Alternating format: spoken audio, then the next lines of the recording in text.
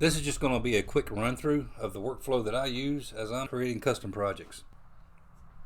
In this case, the customer provided me with an image that he wants engraved into acrylic to make an LED lamp. GIMP is a free tool, kind of like Photoshop. Right here I'm just using the crop tool to trim it down to the pieces that I need.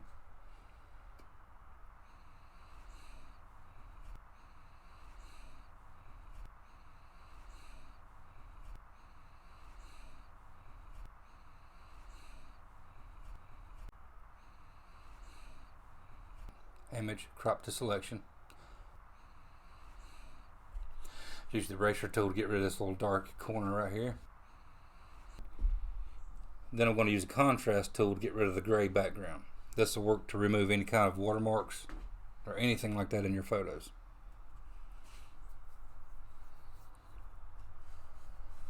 Now I'm just going to increase the resolution to 300 dpi.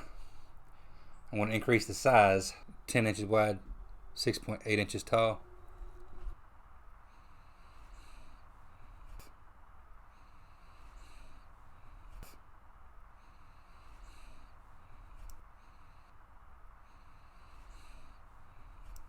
After that, I'm just going to export it as a JPEG.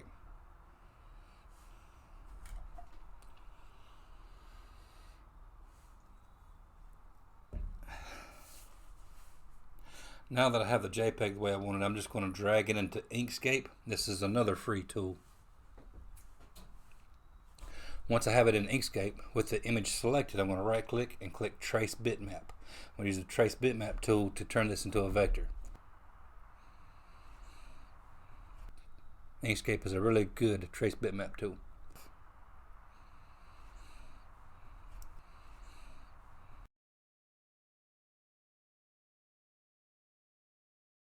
After that, I just get rid of the raster.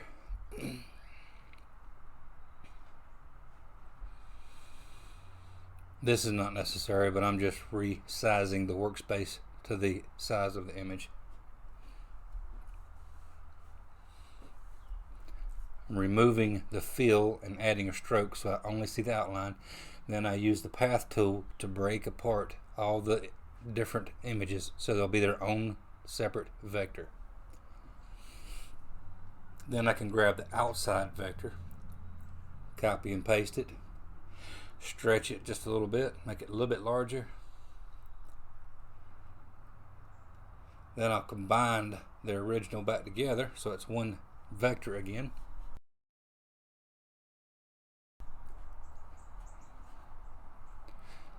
Then I'll grab both of them and I'll use the alignment tool to put them back together. Now I have an outside border. You can use the offset tool as well to complete this task. Sometimes I'll just get rid of these points so I'll have a smoother curve.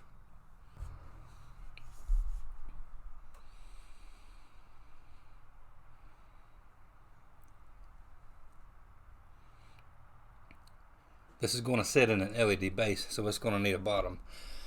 So I'll just use the square tool and make me a new object. Let's make it line a little thinner. I'll line it, and yeah, I need to size it properly. These are the pucks I'm going to use from Amazon. 7.2 centimeters, so I'll just make this 7.1 centimeters just to give me a little wiggle room. Then I'll use the align tool to align that to the image.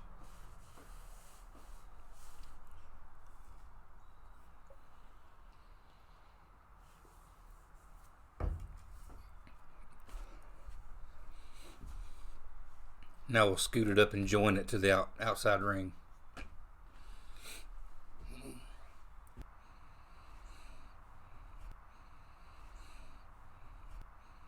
I'm removing the top line now of the box. I selected those 2 points.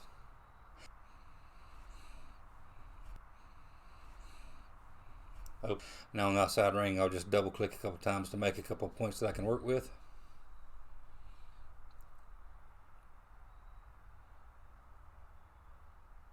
I'll select those 2 points and I'll delete the segment between these 2 points. Do the same thing on the other side, then remove that bottom segment.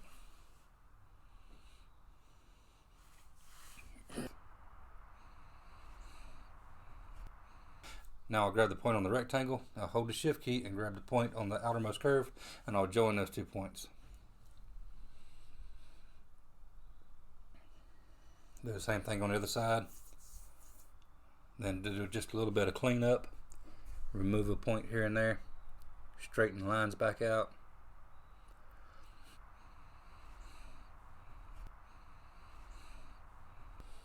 Remove that point altogether.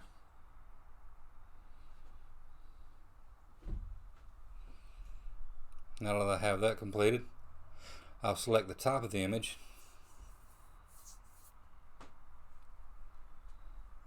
and I'll add the fill back into place so we can see the final design.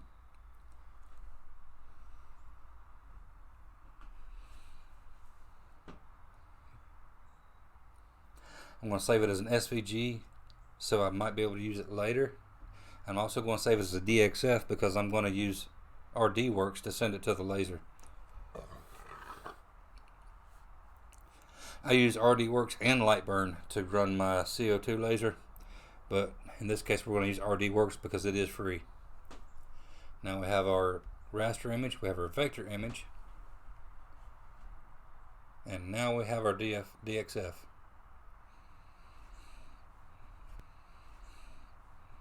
Open RDWorks, we'll import our DXF and set our toolpath.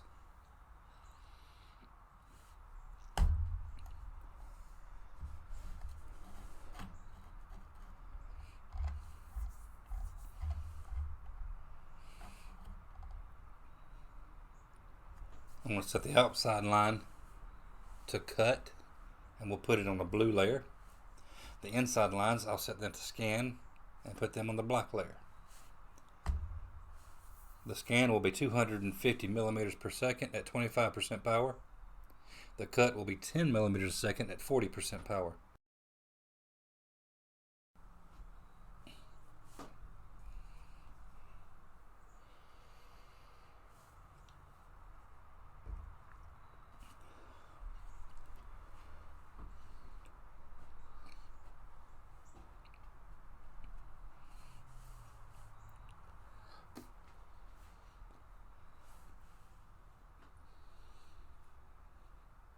Now that I got the image prepared, the last thing to do is to send it to the laser.